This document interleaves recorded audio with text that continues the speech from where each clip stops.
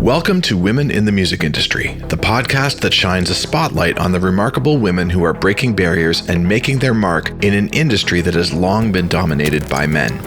I'm your host, Rob Wells, and I'm thrilled to have you join us on this empowering journey. Each episode of this podcast will be dedicated to exploring the inspiring stories, accomplishments, and struggles of the extraordinary women who have defied the odds and made waves in the music business.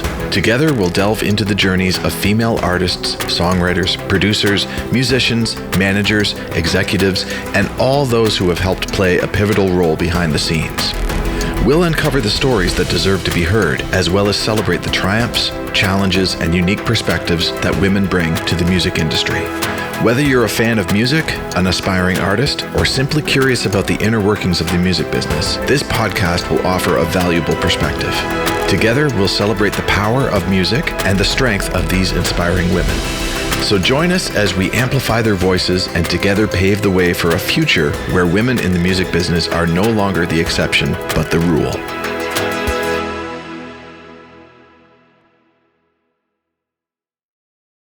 Today's podcast is sponsored by the Songwriter's Piano, an easy-to-use app for songwriters and lyricists to use when coming up with song ideas when there's no instrument around or nobody to play one. With the Songwriter's Piano, one can easily play commonly used pop songwriting chord sequences at the touch of a screen, in any key, in 3 different chord variations, all played on a gorgeously recorded grand piano.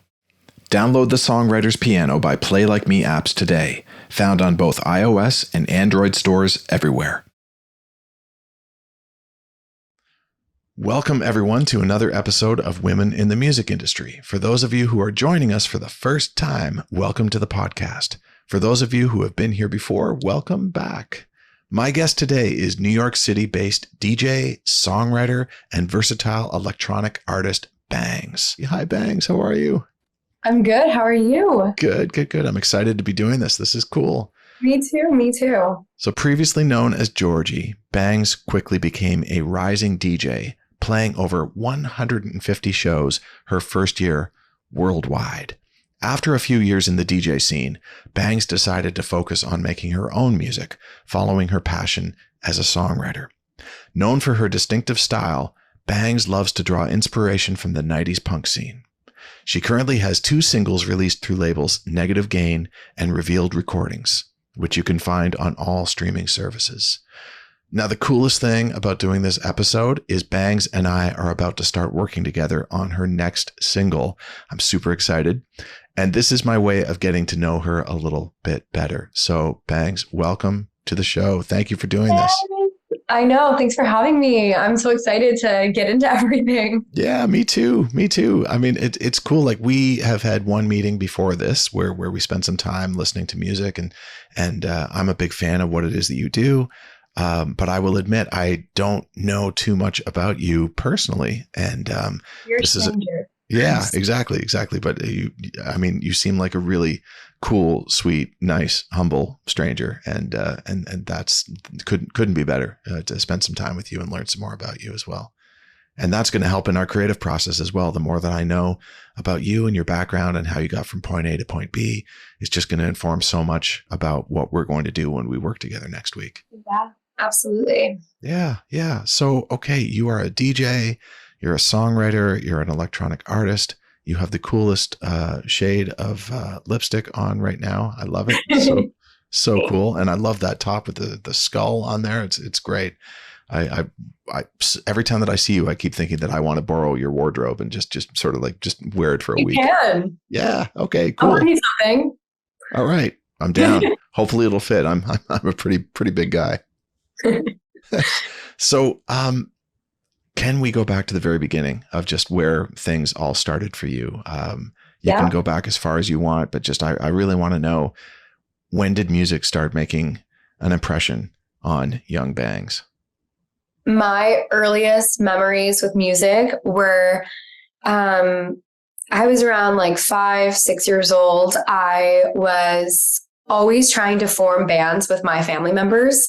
A lot of my cousins like played instruments, so at like family parties, people would be like playing guitar and singing and, stuff like that. My dad, he makes music too. He he's always actually, if you call him today, his voice memo is a guitar riff, and I'm not even kidding you. That's great.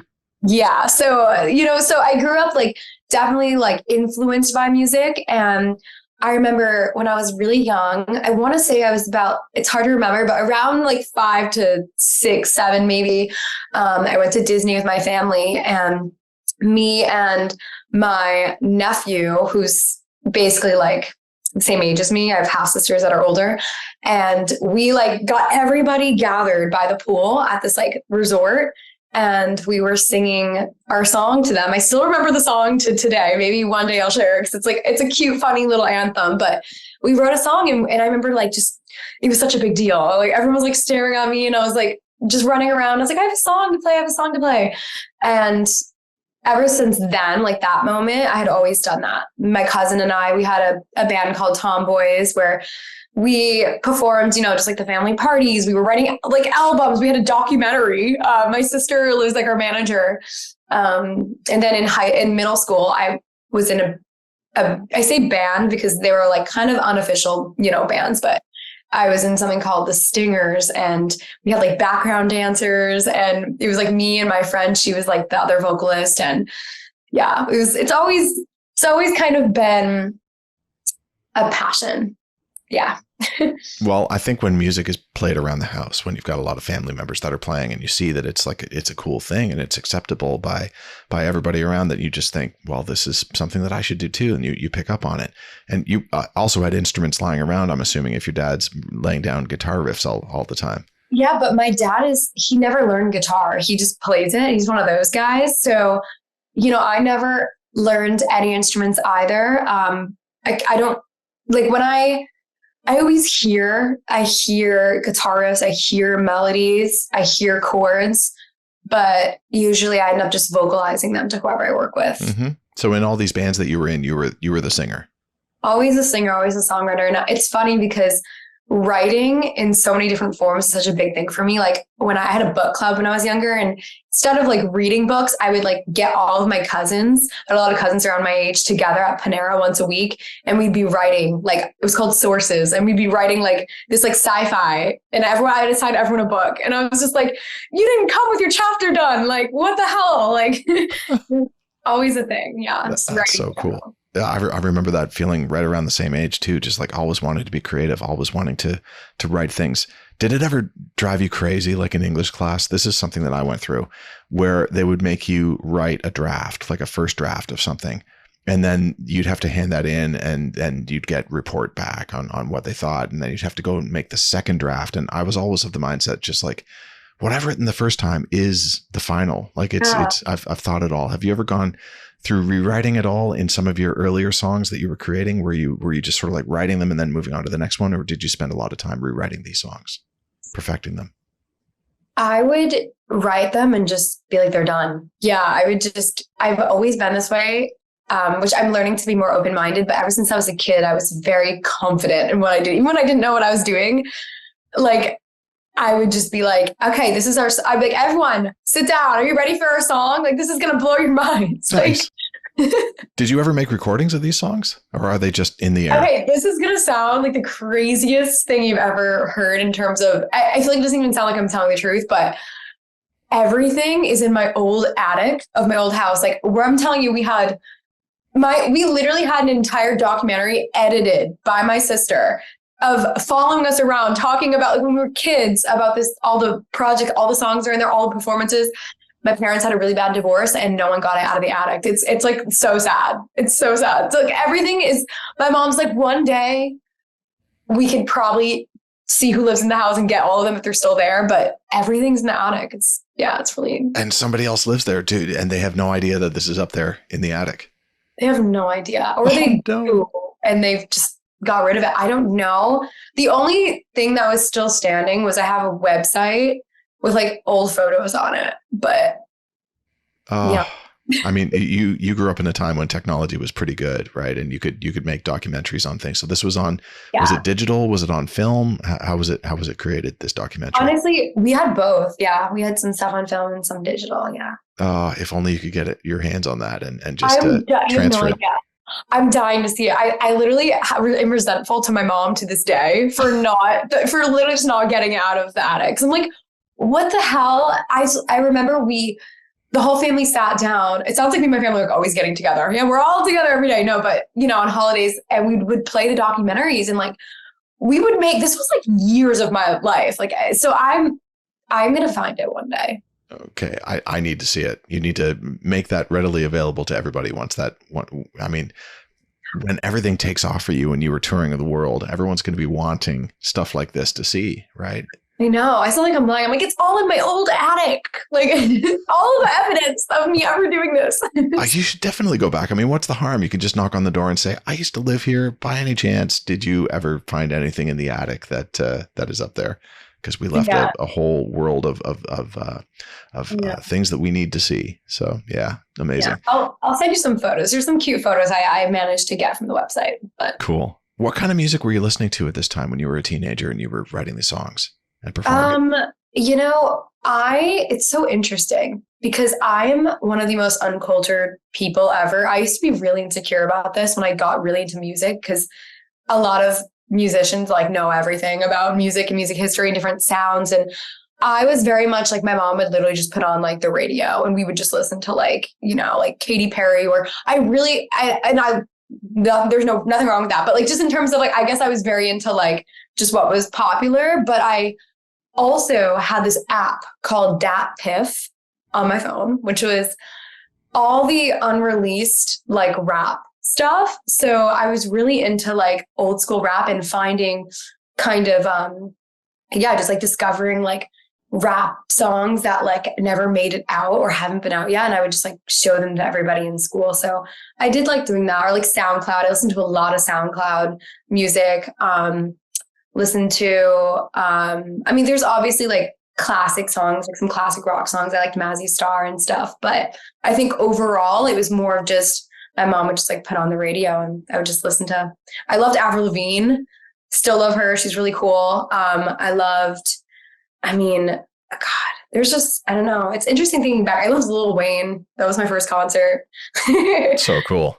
Yeah. So I don't know. I mean, there was some country too, because my dad was really into folk music. He makes like folk music. But yeah, I mean, I guess like just like a lot of whatever. Yeah. And you're living in New York City right now. Have you always been in New York City, or did you move from somewhere? I'm originally from like a small town in Massachusetts. Okay. So I moved from there. Yeah, to come here in like 2017, 2018. Did you see Lil Wayne in Massachusetts, or you came to New York City for that? No, I know I did. I saw him like when I was like 12. And I remember I was like, there's like so much weed smoke everywhere. And I was like, I'm going to get an asthma attack. Like, yeah. Getting hotboxed at a Lil Wayne concert at the age of 12. Rap. Yeah. Like, it's funny because I don't really listen to a lot of rap anymore. My taste kind of changed, but like growing up, I loved like Chief Keef. Like I would go deep into SoundCloud and find like, I always liked the songs that were never on the radio, like the weird, like 1 minute and 30 second. I'm like, why didn't this come out? This is the best song ever. I loved that stuff. Yeah. Do you find that rap sort of creeps into your work now as a DJ or as an artist? Do you find that there's like certain elements of production or writing style? It's so interesting you say that because I realized recently that the first kind of like vocal stuff I did were like raps. Like it was always like little rap things, so like house songs, like, little like rhythmic phrases and stuff like that. So I was never like full blown rapping, but I always would put like, in dance songs when it's just like four on the floor and it's like, like house music. The first music I started writing was like little like bitch raps kind of on house beats. Yeah. So cool. So cool. And so, okay, you already had the artist thing going on. You're writing songs, you're performing songs in front of the family. Did it ever start to increase to school performances or any sort of playing live anywhere? Did that ever happen at an early age? I did all of the school performances. Yeah, I did pretty much like they were called coffee shops at my school. So I did every coffee shop. I always performed solo at all of them. And it's funny though, because I always consider myself more of a songwriter than a singer. So I wouldn't do covers because I would be like, well, I can't really sing a cover, but I could sing something I wrote. It was some weird belief that I kind of still have a little. Like, I don't see myself doing a lot of covers in my life because I don't consider myself a versatile singer in that way. I consider myself more of an emotional singer that kind of just wants to say something. If that makes any sense. Yeah. Well, I get, and the emotion that you want to portray is your own, right? Like you want to give that out, and rather than singing someone else's song where the emotion maybe is something that you don't tap into. Yeah. I also had to work really hard to be able to even sing at karaoke because I was never like a naturally born, like crazy vocalist. I'm telling you, I just wanted to write these songs. Like I was just like, I want to write these freaking songs. And I wanted to be the one to sing them. So I was like, okay, well, this is an interesting scenario I'm in. So cool. What would you say your songs sounded like back then in high school when you were performing them? They were very like sad alternative pop vibes. Like it was very much like talking about all these suppressed feelings that I feel like I'm a really happy, like bright person. Like when I walk in a room, I always want to give people good energy. So I think that's how I dealt with my emotions, was just like writing about the stuff and it felt good to sing them. It made me happy to sing these sad songs. And was the production sort of like the backing instrumentation? Was it organic? Was it electronic? Did you have keyboards? Did you have guitars? It was more organic. Yeah. At the time. Organic. Yeah. When did things start switching over into the electronic side? When did you start feeling like that was more the direction of what you loved? Well, it's funny because even when I was a kid and I listened to a lot of the music on the radio, I always loved the way the songs were written. But I remember thinking like, I feel like the music behind it could sound different. So I was never like, I guess I didn't find like major inspiration sonically from some of the production as a young child. I didn't really know why. You know what I mean? Mm-hmm. And my parents got divorced. So my dad was more of the influence in like the rock music and country, and he left my life. So I feel like I stopped hearing a lot of that. So I just didn't know what I was missing and what I wanted at the time, if that makes any sense. Mm-hmm. But the electronic stuff kind of started to come in more when I moved to New York for college. I started to get way more into that. Cool. Did you go to college for music or do you have another interest that you were following at that point? Well, so to backtrack for a second, all the live performance I was doing were more in middle school, like up until 8th grade. And then when I went to high school, during this whole time, there was a lot of stuff going on in my family. So my main focus was to just get into college. My mom, she is a single mom and she worked really hard, and she was very adamant. Like none of my sisters literally went to college. I'm not even kidding you. And I have 5 sisters. So my mom was like, please, like I'm the baby of the family. And I really wanted to make a different life. And I was like, I'm going to move to New York. I'm going to study business. I like put music to the back burner. Like I almost like forgot I did it my whole life because like I shifted my mental. And I went to a business school for almost 2 years. I literally energetically felt so unaligned. I like had to take a step back and really think about like, I knew I was never going to work in that job once I graduated. And I knew I had to shift, but I disconnected myself from music the last like 4 or 5 years that I didn't even know where to shift to. So I went to an acting conservatory called Lee Strasberg, and like Gaga went there, Marilyn Monroe, Angelina Jolie. So I was like, okay, that's cool. Like that seems like more in my, reign, whatever. So yeah, I did that, and that really triggered a lot inside of me. Like it opened up things that hadn't been opened up in years. And yeah. So cool. And that was just strictly acting. It wasn't musical theater in any sort of way. It was just straight on acting. It was TV film acting. And it was a really intense program. Like it was a very, very intense, condensed program. And when I was in the school, it was like there was a fire being lit, but it wasn't fully there. And I was like, oh my God, I cannot drop out of a second school, Luckily, not luckily, but at the time, luckily for my career, things moved online. Unfortunately, it was because of bad circumstances in the world, but COVID. So I ended up having the school online, and it was a different experience. Like I had more time to myself. And one of my really close friends at the time was from Singapore, and he was a DJ, and he was also like lived down the street from me. And, you know, during quarantine, there's not much to do. So I found myself always at his studio, and organically I started writing these bitch raps literally on these beats and learning Ableton. And he had really old CDJs, and I would just play on them all day. And there was never a moment where I was like, I'm going to do music. That was never a thought. It was just, oh, I can't wait to go to his house and explore this random thing again and again, until I started to realize, holy shit, I need to drop out of this school, and I need to really do music.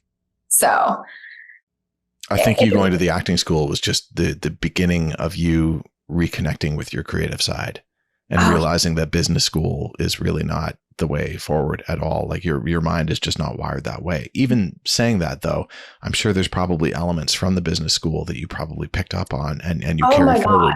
Yeah, 100%. Because now I'm like, as soon as I like full-time became a musician, I think the fact that I was business oriented helped me so much.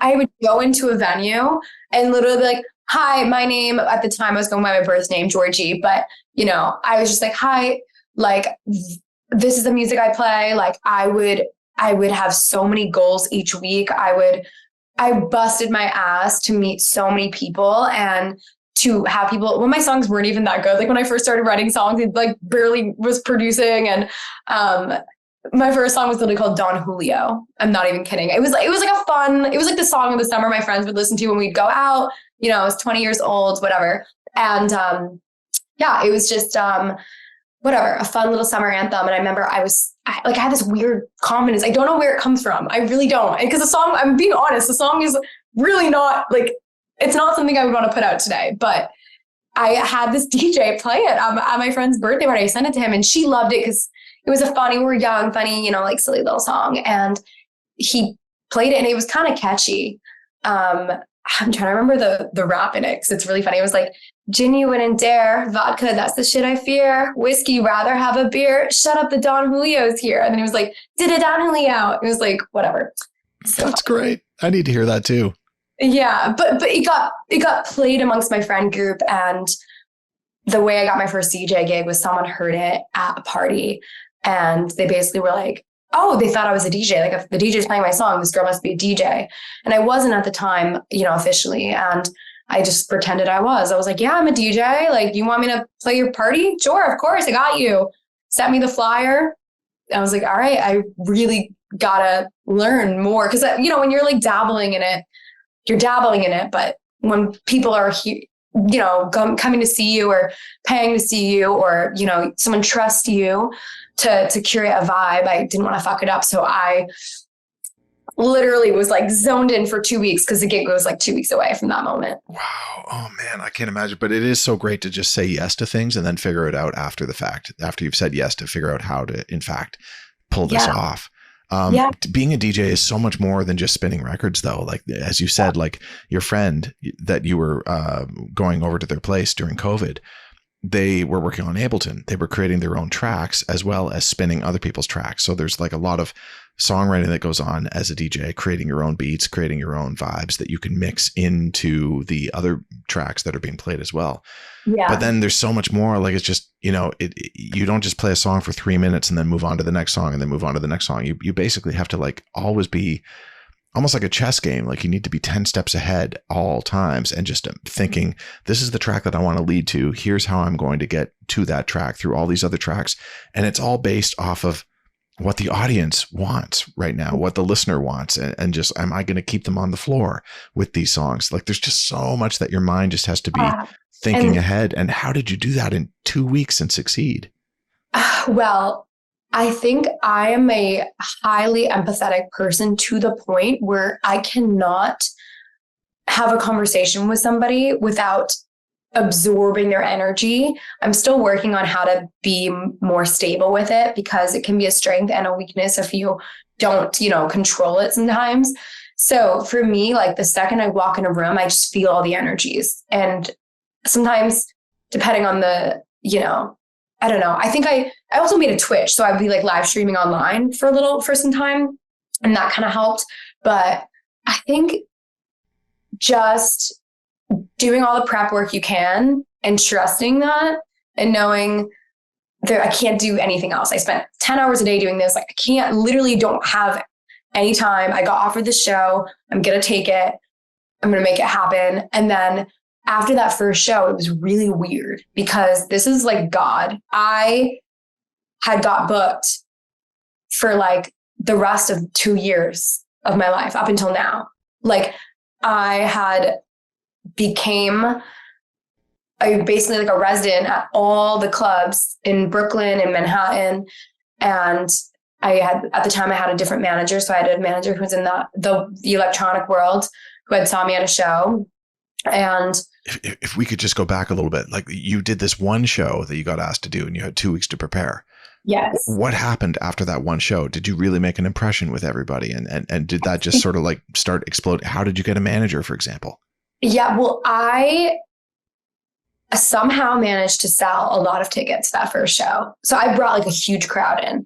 I still don't know how. I posted on my Instagram. I sent it to all my friends. I sent it to their friends. Maybe it was the timing with like COVID ending and like, people being ready. And then I really don't know, but I sold a lot of tickets and the promoters were like, oh my God, you brought like a lot of people. I mean, it was this outdoor place. It was called Mika in Brooklyn, and probably capacity was like 150. I brought like close to 100 people. Wow. And it was like a disco show. And it's funny because I don't really love disco music that much. I'm not super into disco. So I was also finding songs I had never heard before to try to play them, which was giving me anxiety. And I ended up, I'm a firm believer in all or nothing. Like that's how I am with everything. If I like avocado toast, I will be eating avocado toast until I cannot stand it anymore. And that's just my personality. So when I started DJing and I played that first show, it became my life. Like I was like, I didn't call my school. I emailed my school. I'll never forget this. It's so corny. I had just done a showcase for my acting school. They chose a couple students to do a showcase and they chose me, which is a big deal. I do the showcase like a couple days before the show. I'm like talking to these teachers, kind of like moving up in the program, whatever. And after the show, I just emailed them. I go, I'm never coming back. I'm only doing music now. And I remember it was just like music. I think I literally was like, music's my calling. I have something really corny because I remember like being like, why did I say that? But at the time I was looking for this feeling from something that I knew wasn't fully providing it. And then I found it and I was so manically excited that I left it. I left the school and I would call a bunch of friends who were in the nightlife scene and I would be like, hey, like, yeah, like, do you guys need a DJ? Like I would go to events. I would always bring my USB. I remember like, I would always just after, I'd be like, do you guys need a closer DJ? Like, and they always had closer DJs. Like, no, we don't need a closer DJ. Like that's unprofessional to ask when someone's booked. Do you know what I mean? But I was just so like, I was convinced, I literally had convinced myself that everybody is just going to want to book me. And I believed it because I was like, I have a lot to offer. Like, I know cool music. Like, I mean, I've been showing people music since I was young, like on that app. And I was always trying to do that. Like I was always trying to like show people new things. And I was like, this is such a cool outlet. So I think, and then the manager came along. I played a show and a lot of this came from, by the way, promoters and social media and word of mouth. A lot of it, like nonstop, telling people about things. And then this manager, he owned this company, EDM Train, which is it's basically an app that you go on. You can find shows locally. So he was like, you got a really great vibe. Let's like partner up. And he had got me some of my first really big shows, my first big support acts. And then we always had this kind of rule where it's like, I'll get you into a door and you keep it open.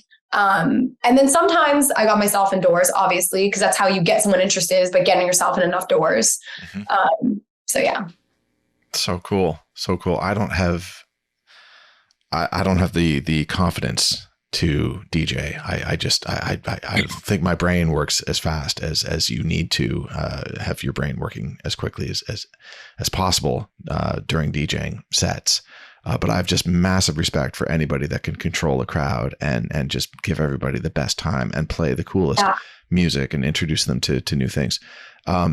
Has it ever happened like you bring your USB into a situation, you plug it in, you must have a pretty rocking fast USB. Like, does it have to be USB 3 in order to bring down the songs, or does it ever happen that things get stuck at all? Have you ever had any nightmare situations happen when you DJ? I had one really bad one. Are you ready for this, Rob? No.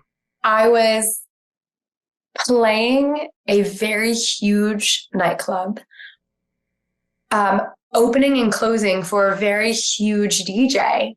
And I opened and everything was great. I had like 2 hours in between my next set. I went upstairs to the bar, got some water, and I go to get on the stage, looking in my pockets, looking in my bag.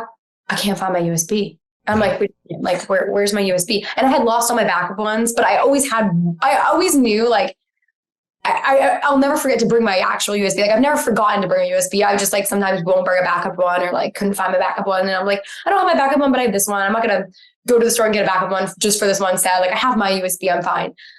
No, this is a huge freaking learning lesson. And sometimes you got to learn the hard way, you know? I could not find my USB. I had to go to the person who booked me, who was like a big talent buyer. And I go, I have no idea where my USB is, and I can't believe I'm telling you this right now. I don't know what to do. And he was like, you have to go on in like 2 minutes. Like, you need to find a USB. I went and found a USB, a random USB from somebody. And I go, can I please use this USB? I have to DJ right now. And they were like, yeah, of course. Go ahead. Like, you can use my USB. No idea what was on the USB. I plugged it in. Thank the Lord. He actually had the person came to the show. So obviously, like, they like that kind of music. They brought their USB just like I used to. And I used it, and I was like, do you want to play? And the time I was like, I can't put somebody on, like, I don't know them. Like, and I was like, oh, I want him to play. Like, I feel bad. Like, but I used his USB, and then at the end of the night, I ended up finding it.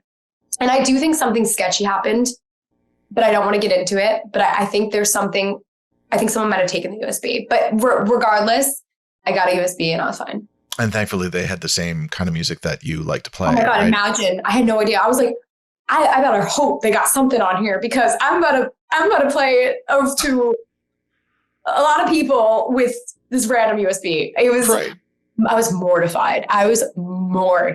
You had no idea. I was like, I didn't know what to do. I was like, do I tell the person who booked me?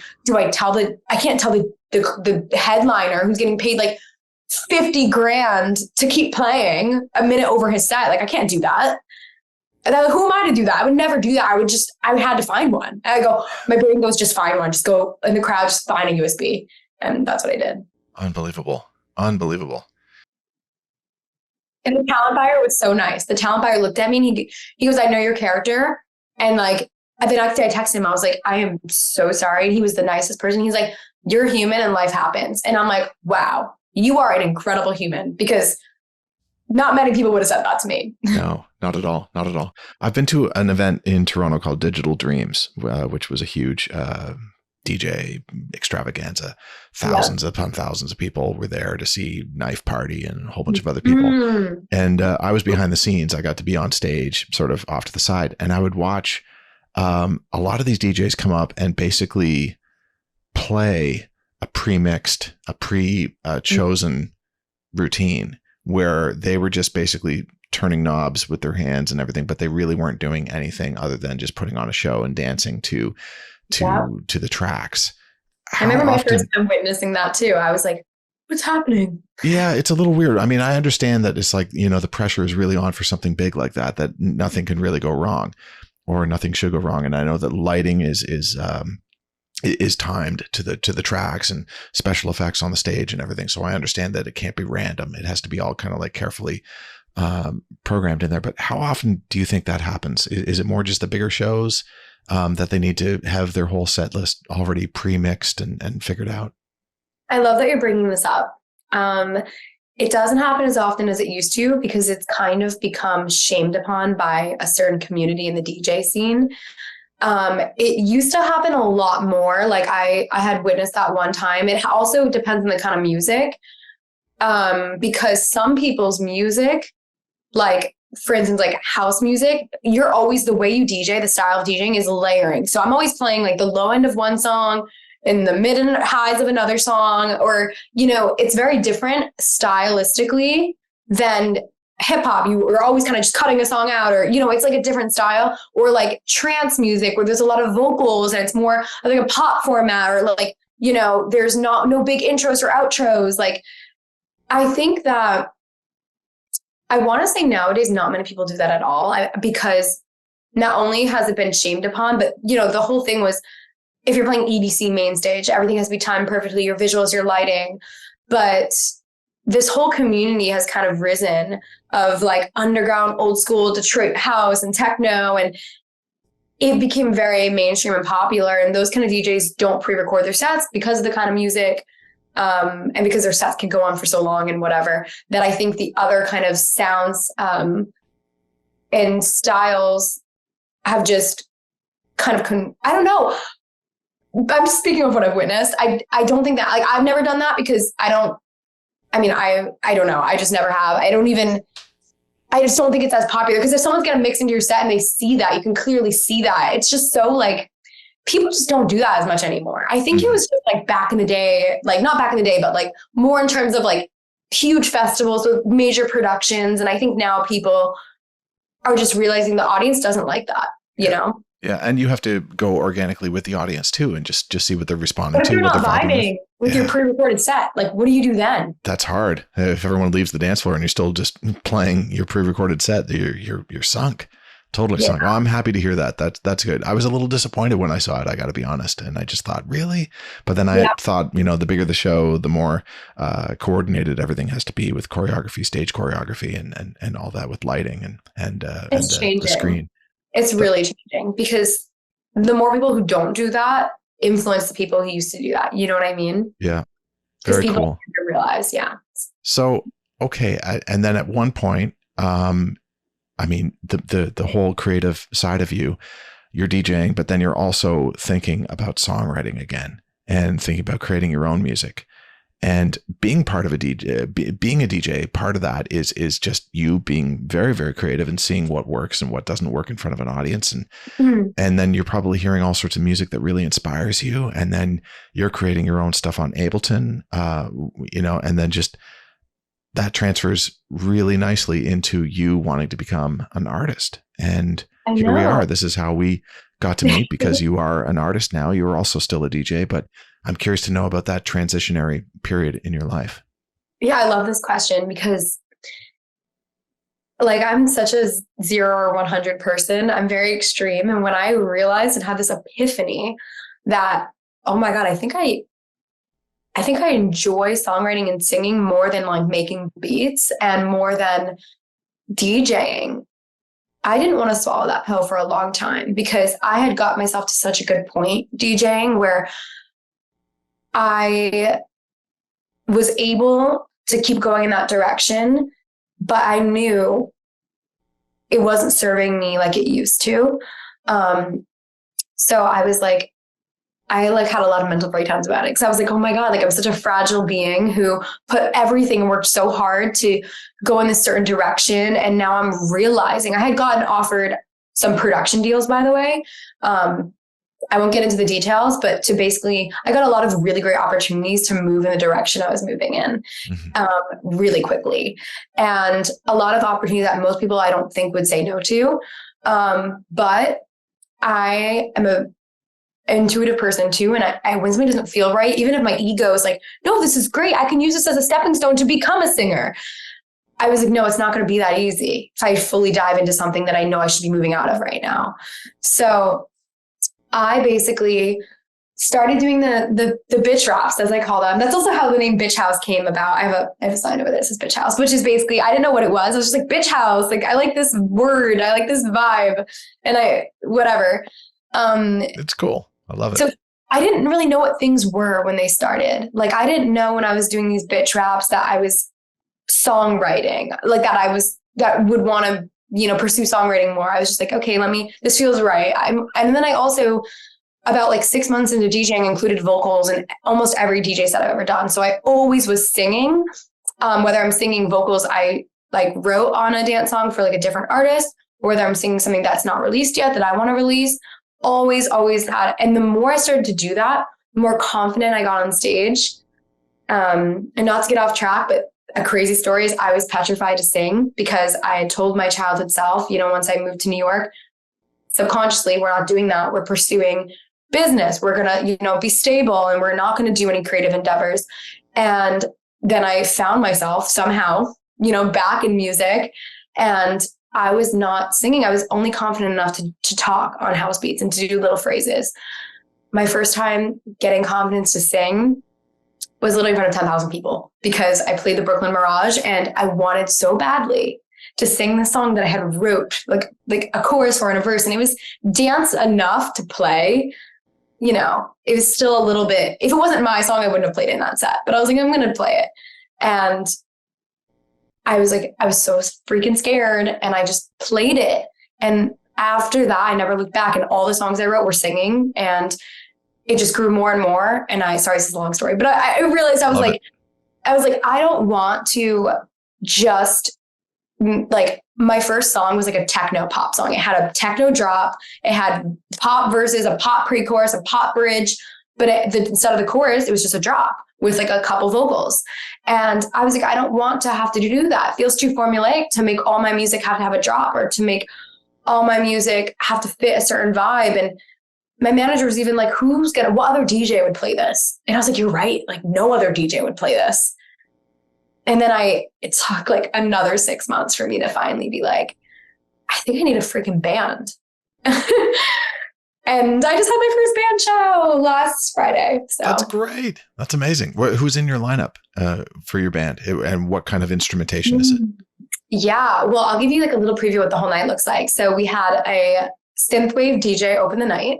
And then I played a little bit of an industrial set, like, like some like Nine Inch Nail kind of vibes, like a little bit of synth pop, little bit of house, not too much, but, like a little bit in there, a little bouncy vibe, and then I had like a kind of like dark hyper pop, synth pop band open after the DJs. And then I played my set, which was kind of like a haunted synth pop vibe. So that's kind of what the night looked like. I have a synth player who had a Prophet. I have a guitarist who has the best pedals in the world for the sounds. I love it. And then I have a drummer. So it's a pretty small, and then myself, obviously. That's so cool. And does the synth player take over the bass parts as well? I guess they would play all the low end as well. Yeah. Yes, exactly. Yep. And he's, a badass synth. So it's nice. Yeah. I've always thought that in bands, it would be so great to just have a dedicated synth bass player, like just like totally like no real bass, but just like all synth bass to get like really powerful sounds and everything. And just, that would be so cool. Let somebody just like control all the higher end synth stuff on one keyboard, and then let somebody just simply just have a great bass synth for all the great sounds. So powerful. And I'll have I had some backing tracks as well to support, different frequencies and stuff. But I love playing without backing tracks because it feels more free. Like if I just want to freestyle and change the words, I want to be able to do that. But then if I have backing tracks with a whisper of a vocal, that's I'm like, oh shit, I'm very free spirited. So I'm learning the whole backing track thing. But yeah. Man, cool. Did I ever learn about how backing tracks can turn around and bite you in the ass. I was playing with this guy in Canada who's he used to be a huge artist in the 80s named Corey Hart. He has a song called Sunglasses at Night. Of course. And we're playing this show in front of 3,000 people. It's this big cancer research fundraiser. And it comes time for his big song, Sunglasses at Night. And I've got the laptop beside me. I'm playing keyboards and I'm in control of the laptop, and it's connected to an audio interface, which is then connected to. The keyboardist always gets stuck with the backing tracks. Always. And so, anyways, like the click track is being sent to the drummer, and the main tracks are being sent to the in ears for everybody, and also the main outs of the front of house. And so, anyways, it comes time for Sunglasses at Night. He picks up his sunglasses and he shows the entire crowd his sunglasses. And they're all freaking out because they know that this is like his biggest song ever. Oh, it's about to come on. It's about to go down. Yep. Right. And so he turns to me to play, to start the countdown. And so I hit play and I see all the levels going on my computer, but there's no sound coming into our in-ears at all. There's no countdown. There's no like anything. And the band is like nothing starting. And so like I see it working on the computer. But anyways, I look down and then I see that my FireWire cable has been ejected from my computer. So all the sound coming from my computer to the audio interface is now just sunk. And we don't have a backup at all. There's no like second computer that we can use or anything. So Corey comes walking over to me in front of the crowd and he's like, what's happening? And I had to try to explain it to him, but he's like not taking it all in. He just knows that it's not working. And he's like, how long? I need 3 minutes to restart the computer and get it like loaded up. So just talk to the crowd if you can. He goes up and he tells the whole crowd what's happening. I think I would do that. It's so hard to like play it cool with like. Oh yeah, totally. But I'm sweating like you wouldn't believe. It's already a hot enough night outdoors, and I'm just panicked, just trying to get this thing going. He starts singing Sunglasses at Night a cappella, and the whole crowd starts singing along with him. And then the band slowly figures out what key he's in, and they start playing. Meanwhile, I get the computer all loaded back up. I get the FireWire plugged back in. I know everything's working. I know where the band is in the song. And so I go like 8 bars ahead and I get it ready to play to catch up. So I'm like 4, 3, 2, 1, play. And it starts playing perfectly on time. But then everybody freaks out and they look at me and they're like, turn it off. Because what had happened is Corey started singing in the wrong key. And so all the tracks that were playing were in the original key. And it sounded like the biggest train wreck that you could ever possibly imagine. So it's just like, these are like that's just one incidence of where tracks. Backing tracks are bad vibes. They are. Like if anything goes wrong, it's just, you just have to be ready to like completely do the whole thing. So if you I feel you, because it's not your fault either, because that just happens. Like, I know. Just, they have a mind of their own, you know, they run around, they come back, they change the key probably. Like, who knows? I know. Anyways, I couldn't talk to anybody after that night. I just had to like return to the hotel and just leave the next day, just not speak to anybody. It was so embarrassing. But I'm so happy that it's so good to sit on things like that, because in the moment it's the worst thing in the world. And then you're able to tell the story and you're like, it's okay. I'm good now. You know? Oh yeah. It's a learning experience for sure. And I never was the person in control of the tracks after that. So it's a high pressure job. I always thought the drummer had it the hardest, but no, I think the whoever's fucking with that computer, I'm like, yeah. Woof. Yeah. So I think you're smart just doing it all live and just not relying on tracks. That way, like if you want to extend something, you can. If you want to shorten something. Yeah, totally. Yeah. Oh my God, you can tell the band to take it down a bit if you want, if you're feeling something, and just sort of like vibe on something. Yeah, exactly. I'm just like, keep doing that for a little bit. Let's try that. Like, yeah. And it's funny because, you know, we couldn't obtain the backing tracks for my last song called Tragic. And the song wasn't even like fully done being produced. None of them were. I was just like, let's fucking go. Let's start playing live. Let's get the ball rolling. But anyways, we didn't have a backing track for the song Tragic, and it was the last song. And it's like it was a short song. I originally wrote it as like an interlude kind of vibe. And basically my guitarist during rehearsal just started playing his own riff. And I was like, I like that better. Let's roll with that. Like, and the whole song was just reproduced in one rehearsal day. And we went with that when we played it live. So that was awesome. So cool. How much does your sound come from the DJ world, or are they two separate things? I also love this question because these are things I ponder in my room at night. So through my years of DJing, and I understand I haven't been a DJ as long as, you know, some people, like, you know, in terms of I've been DJing for like 10 years or anything, but everything I did was very expedited because I live in New York City. You know, it was all very different boroughs, different sounds, different genres, different crowds, different scenes happening. And I played all of them, you know? So I learned what I liked and what I didn't like as a DJ. And I noticed a major gap. And this is one of my favorite things to talk about because this is like one of my greatest passions. So as a DJ, I always loved, by the way, I should have referenced this earlier, but I always had a thing for like 80s music, especially as a kid. I was never like only listening to 80s music exclusively or anything as a kid, but I always loved, you know, that kind of sound. So I'm very inspired by synthwave. I'm very inspired by synth pop. As you know, I'm very inspired by synth music in general. Like I would love to just go to Germany and just go to like a synth punk club and just listen to like EBM all night. Like I would love that. Yes, please. And take me with you. I would love that too. Right? That'd be so fun. And a lot of things I noticed start in Europe and then, you know, move their way over here. Other than like house, obviously that was Chicago. But like, I think like, as for like really dark, heavy techno, I was playing that scene a lot. And that was the closest I could get to synth music. Like I could play synth music in my sets. I could influence the crowd. You know, there was a lot of droney, cool synths and stuff in the production, but that was the closest I could get. There was never, and like any festivals that I had played, there was never a synth stage, you know?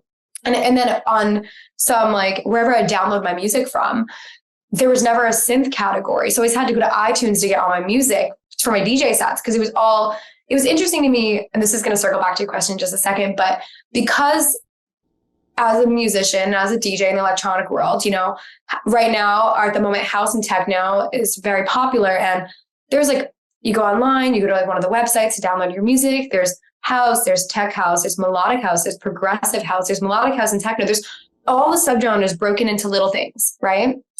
And then you find a synth song and it's just electronica. I'm like, that's so interesting because synth music's like synth wave, vaporwave, cold wave, synth pop, synth rock. Like there's so many, as it's like the same thing. There's a, you know, there's new wave, there's a genre, and then there's subgenres. And not talking about like, aside from synth pop and synth rock, synth wave and dark wave and all these subgenres are like electronic subgenres of a sound that overseas is very popular, you know, and in other countries is very popular, but not here. So I started to get like mad. I was like, why can all the music I want to make, I can never play any of these shows I get booked at. And I wonder why. So that inspired my pop sound because I love to songwrite and I love that sound as a DJ. So I wanted to put them together. And I also think that things are budding in the underground and and that's kind of what Bitch House, when I didn't know what it was at first, now I've realized what it is. And it's a dark synth label. And I want to be able to have a synth stage where there's live bands that are doing, you know, synth pop and synth rock, and then have, you know, an industrial DJ closer or like a synth pop or synth wave opener, whatever it is. And that's kind of why I'm doing that now. But so yeah, sorry, that was a long-winded answer. No, that's great. My older brother, well, I only have one brother. So my brother, he had a friend who had a synthesizer back in the early 80s, and he lent it to us for a year. And it was incredible just having a synth on, I remember it was on the dining room table on one end, and you could only play one note at a time on the synth. That was it. It was just a monophonic synth and that's it, like just one note at a time. So, but you could make all the sounds that you wanted out of all the dials and everything. And then I remember there was a drum sound that was on there. It sounded like old Simmons drums from the 80s. So like, like just so that cool. Sort of thing. And we laid this towel down on the keys. We folded the towel up multiple times so that we wouldn't destroy the keys. And then we took drumsticks and started playing the towel. So like we could be like, oh my God. It was epic. It was everything. And just, I would be starved for synth music in the early 80s, just trying to find anything that was cool, that just like had this sort of great power that you could hear out of the synth. And there was a lot of so powerful. The washed out snares like get me every time. Just like, just like so good. Oh, for sure. But like when bands like Depeche Mode came out, or like Howard Jones, even in the early 80s and everything. It's just like, I was just the Human League. That was another great band that came out. Oh my God. Yeah. Insane, like just great synth work. And then I've just always just been a fan of synth pop. This is why I'm so looking forward to working with you, because like you love synth, I think even more than I do. And I love it so much, but you're like all about the synth and dark synth. And it's just going to be, I can't wait to see what we end up doing. It's going to be a lot of fun. I'm so excited to explore and experiment because it's truly the coolest sound. And there are some incredible artists right now, which like when we do our little listening session, we'll get into, but just for the sake of whoever's listening, you guys should definitely check out Mr. Kitty, Perturbator, Health. They are incredible leading synth DJs who are basically paving a way for this sound to have its own stage and to be taken seriously. And, you know, not to also divide genres by any means, but it's like all these other genres get so much recognition, so much space. It's like synth music is so beautiful, you know? It is. There's an area where I feel like synth music really has taken over, and that's in soundtracks, in movie soundtracks. There are incredible synth soundtracks that are out there. Oh my God. Yes. For example, I know you and we spoke about Blade Runner 2049. That soundtrack is so incredible. It's so well done. When I was, I want to say about 11 years old, there was a movie that came out called Never Cry Wolf. And it's all about a person that goes up to the north and they're supposed to study wolves for a year. And it was a beautiful movie, really, really great. But the soundtrack is done by Mark Isham, and it's all done on synth from 1982, right around then, I guess, is when they would have been making that music. And so it's all the synth sounds from then. However, Mark did such a great job at creating this orchestral sound using all synthesizers. And it's still to this day, it's carried with me to the point where I went on Twitter a few years ago and just sent Mark a message just telling him how much that score impacted me. It taught me so much about how to put synths together and everything. And I thought he's never going to write me back, but maybe somebody in his team will read it or whatever. Anyways, Mark wrote me back in 30 minutes and said, "Oh my God." He was so nice. And he was just like, that was like one of the first soundtracks I ever did. And he told me all about it and the making of it. He said, nobody ever refers to that soundtrack at all. So it really means a lot. Love that. It's pretty cool. Yeah. Probably meant a lot to him too, because, you know, when not a lot of people are doing a certain thing, but you feel like you want to do it and someone's like, that's cool. Like that's, you know what I mean? It feels rewarding that, you know, you're like, okay, that was cool. Like I felt like that was cool. But I think even more impressive is the fact that it still sounds cool today. Cause there's a lot of synth music from back then that like, I need to hear this. Oh, it's great. Yeah. I'll share it with you later. It's really, really great. Just really well done, really well put together. But then I remember other soundtracks, like there's a sci-fi movie called Logan's Run from the late 70s, and it's all synth music of the day. And it sounds horribly dated. But somehow Mark was able to create the soundtrack that still to this day sounds ridiculously gorgeous and really cool. Yeah. Yeah. I can see it. Yeah. So, I mean, going forward, where do you see yourself in 5 years? Do you see yourself still DJing, or is it just switching over completely to becoming an artist and releasing your own music nonstop? Or do you think you're going to do both?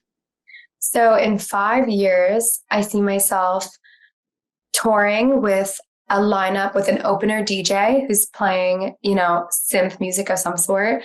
I really like trip hop too, but I have some cool friends that make like really, really cool synth pop, but it's a little bit chiller than what I do. So I like to curate like a really specific lineup. So I think I see myself touring on like a world tour, a bitch house tour. And I have, you know, DJs on the tour. I have live bands on the tour. You know, it's all really driven on people who have unique experimental sounds around synth music.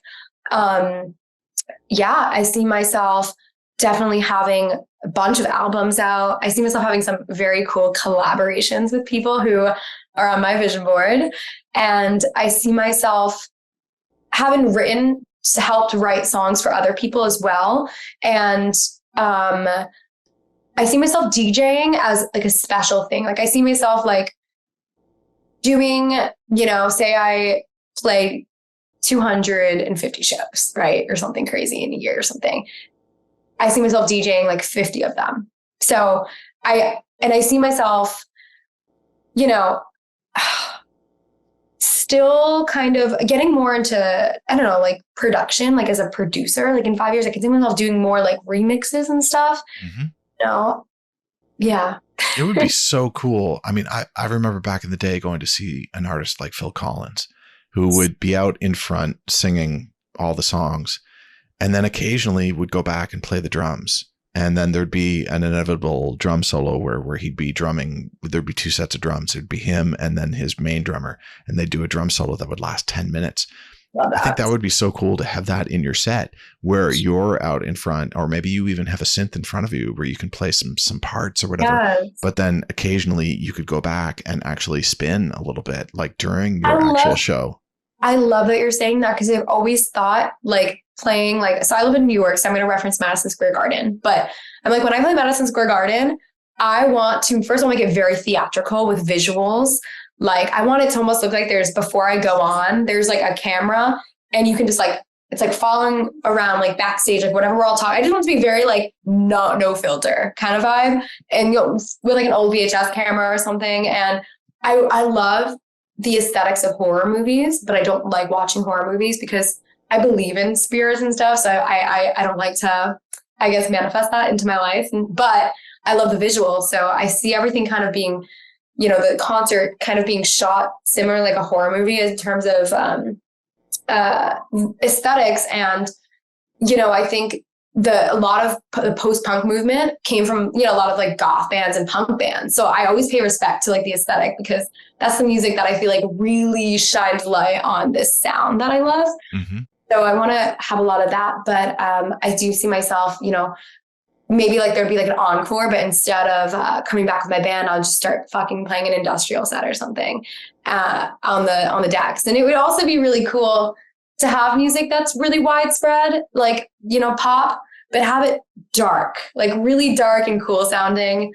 So it's digestible for like, the crowd that I come from. And then also a widespread of people where I can introduce a sound to them that they may not be so familiar with. So I see you as much more cinematic dark synth, almost like there is dark synth, but I think there's an element of cinematic in there as well. Like, just because you really see the visual aspect of it as well. You see totally.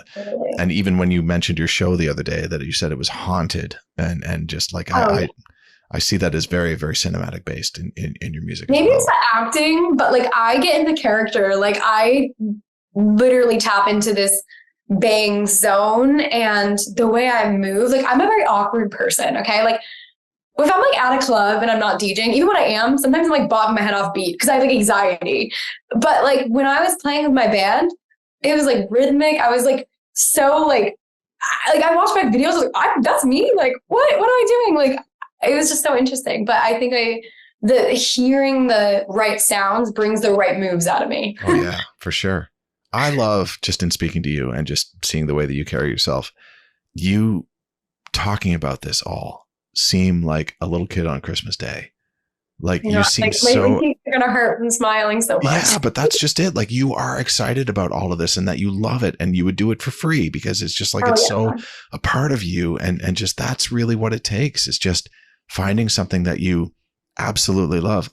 I don't even want to know about your poor mother who wanted one child to go off to college, and then you ended up becoming an artist. She must still be extremely excited about all the things that you're doing. Oh yeah, because at first, she was a little bit like, the first time I dropped out of school, she's the most supportive person ever. I was like, my mom has been through so much in her life, and she will be so freaking supportive, and she's such a tough bitch. Not like, just like a tough, her personality, she's like so tough. And I was really scared to tell her the first time. And then, she was a little apprehensive, but she still had faith. And now that I'm fully going for it, she's got so much faith, and she's my biggest fan, truly. Awesome. And I'm her biggest fan too. So yeah. Oh, that's great. That's great. Two more things I just want to touch on. The first one is just female presence in the DJ world. Yes. And I'd love to know more about that. How is it? What's the percentage like of just female DJs compared to male DJs? How much exposure do you get? Is it equal? Could you take me through that at all? Yeah. I was hoping, and, one can hope. You think it would get better. There's a lot of female DJs right now. A lot of very big, influential female DJs, but you look at festival lineups and there's still a very high percentage of male DJs. And, I'm a type of person that I'm like, doesn't need to be like in like a feministic way of like, not like in terms of like only girls or like, not like in like a hyper, like, I guess, accentuated, like, I'm like, it shouldn't matter at all what someone's gender is. Like, there's 5 girls, there can be 5 guys, if there's 6 girls, there can be 5 guys, if there's 7 guys, there can be 4 girls. So it's just like, let's just see talent for what it is and let's see someone's story for what it is. We don't have to make it, that's just what I believe. So, it is hard to see that, there's so many talented producer like girls out there that are making all their own music that, are very talented and have a vision, and they have tons of monthly listeners on Spotify. I'm talking like 16 million. Like Peggy Goo is a huge artist. She's got like 16 million monthly listeners, right? Wow. Yet she's not even like, then there's, publications writing articles about the top DJs and like, she's not even mentioned, or like some influential artists aren't mentioned. I think, there was an article that came out on 1001 track list. And it was like, I believe there was like 2 females in the entire article, like 100 plus, hot DJs right now are influential people. And it's like, how could someone, truly believe that there's not more than 2 women, that have influence? I think it was 2. It might not even have been 2. It might have been like 1, but there's definitely like at least 1 woman on there. Yeah. So that was really, really, kind of sad to see, because I think that, you look at the stats. I'm seeing the stats. Like, there are women killing it out there. So like, where are your stats coming from? Interesting. And same with the festivals, the bookings are extremely low, like for females, I don't have the percentages off the top of my head, but I will say, like, I want to say it's got to be like 90% male, maybe higher. Have you ever lost gigs because you're female?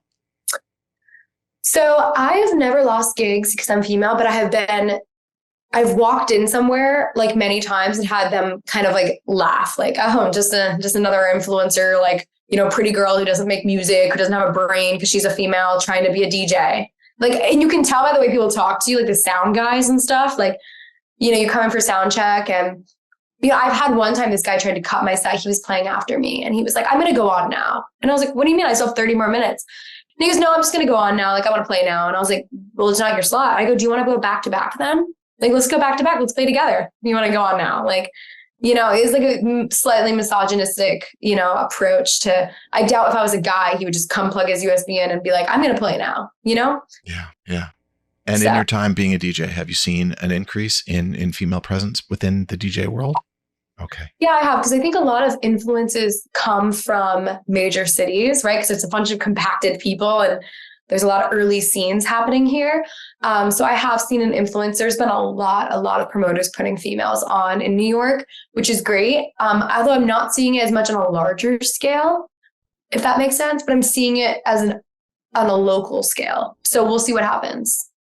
Very cool. Very cool. I hope and pray that it becomes, not that I want it to be all female, just like you said as well, but it's just like, I would love equal opportunity, and I would love it on the list of just, top DJs out there, that it's more than 2 out of a list of 100. I mean, that just seems ridiculous. It does. It's crazy, because I truly think there are people out there that just think if a girl's like really like attractive, or maybe like, there are some circumstances where there are like some people who are like ghost produced and they're just a pretty face. Like, that is a thing. Like let's not discredit when that is real, but just because someone is a female does not mean that they don't have talent. And we shouldn't so quickly assume if, I used to, when I started DJing, I would always dress in like these baggy clothes. And I'd be like, I don't want anyone to think I'm one of those girls that's just like, has followers and like got an opportunity and doesn't make her own music. And because music my whole life, and it was really hard for me to decide to do this full time. So and now I'm just like, fuck it. I don't really care. If I want to wear a dress, I'll wear a dress. I know you were telling me about that time that you went in your PJs to the gig. That's great. Yeah. Listen, sorry, say again.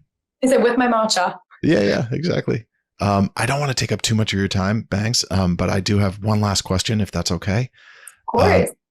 There's a lot of people that are listening to this podcast, and this is an opportunity where we can provide some inspiration to the next generation of females that's coming up that would love to be in your shoes, doing what you're doing. Do you have any words of advice or things that they could look out for, or certain steps or certain directions? Anything? I'll just let you go free from here. I would say my whole life changed when I stopped believing my fear. So never make a decision out of fear, because if you always make a decision off of something that inspires you, you know it'll be in alignment in some way to serve you and your purpose. I think if you're new in the industry, if you want to be a DJ, or you want to be a singer-songwriter, or, you know, you just want to do something in music, but you're scared because it feels very unknown and it feels confusing and it feels like people won't hear you. Don't be scared, because a lot of people aren't going to hear you and understand you at first. And that's totally okay. Like, it's totally okay to just trust yourself and know that what you believe is enough. You don't need other people to believe it, you know? When you're writing songs and stuff, like, it's always good to learn and to grow and to have an open mind, but just have faith in the things that light you up, and do not like let other people's opinions change your decisions, because if you listen to people, no one knows your life path better than you. So just listen to what you feel like you're here for, and then let it play out, and have faith and be patient at the same time. Work hard and be patient and be grateful. And yeah, yes. That's great. Great answer. Great answer. Listen, we need to make a pact that you and I will head back to that house, and we'll go knock on the door, and I could be your backup to just no matter what they say, we'll find a way to get into that attic and take what's there. Yes. I would literally love that. I would love that, because I'm dying to watch it. Like, I can't even imagine seeing myself when I was like first exploring this, you know, it's coming full circle. So incredible. Bangs, thank you so much. I really appreciate your time, your information, your answers have all been amazing. I've gotten to know you so much better, and I can't wait to work with you next week. When this airs, we will have already worked together, and hopefully we're still friends. And I think we will be. Yeah, I think so too. I think so too. But thank you so much, and I wish you all the best. I'll see you next week. Thanks for having me. Okay, thank you. And thanks again, everyone, for listening to another episode of Women in the Music Industry. We'll be back again next week with another episode. For now, take care. Stay tuned for the next episode of Women in the Music Industry, coming soon. Let's embark on this incredible journey together, celebrating the women who are reshaping the music business one note at a time. If you enjoyed hearing this podcast, please take a moment and give it a like, a rating, or a follow. Your support helps immensely. We'll see you next time.